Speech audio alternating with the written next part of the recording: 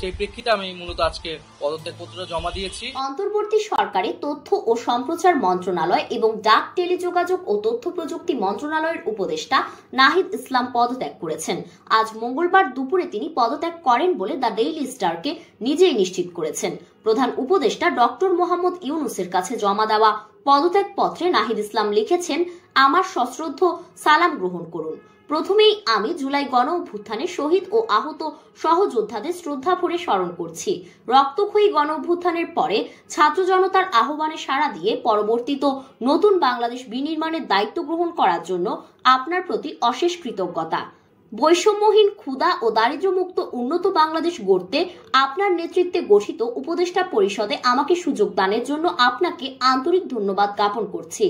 গত 8 আগস্ট শপথ নেওয়া উপদেষ্টা পরিষদে আমি ডাক, টেলিযোগাযোগ ও তথ্য প্রযুক্তি মন্ত্রণালয় এবং তথ্য ও সম্প্রচার মন্ত্রণালয়ের দায়িত্ব পাই।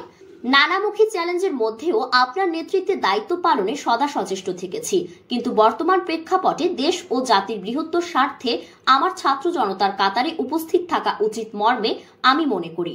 ফলে আমি আমার দায়িত্ব থেকে ইস্তফা দেওয়া সমীচীন মনে করছি। এমতাবস্থায় ডাক, টেলিযোগাযোগ ও তথ্য প্রযুক্তি মন্ত্রণালয় এবং তথ্য ও সম্প্রচার মন্ত্রণালয়ের উপদেষ্টা পদ থেকে অব্যাহতি চাচ্ছি। আমার পদত্যাগপত্র গ্রহণ করতে মহোদয়কে সবিনয় অনুরোধ করছি। নতুন রাজনৈতিক দল গঠনের লক্ষ্যে তার এই পদত্যাগ বলে জানা গেছে। এজন্য গত কয়েকদিন ধরেই তার পদত্যাগের গুঞ্জন চলছিল।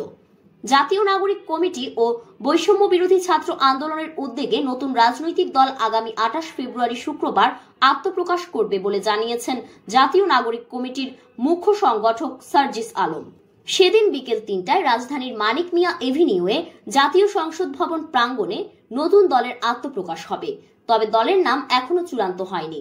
জাতীয় নাগরিক কমিটি সূত্রে জানা গেছে, নতুন রাজনৈতিক দলের আহ্বায়ক হিসেবে দায়িত্ব নিতে পারেন নাহিদ ইসলাম। আর দলের সদস্য সচিবের পদে আক্তার হোসেনের নাম অনেকটাই চূড়ান্ত। তিনি এখন জাতীয় নাগরিক কমিটির সদস্য সচিব।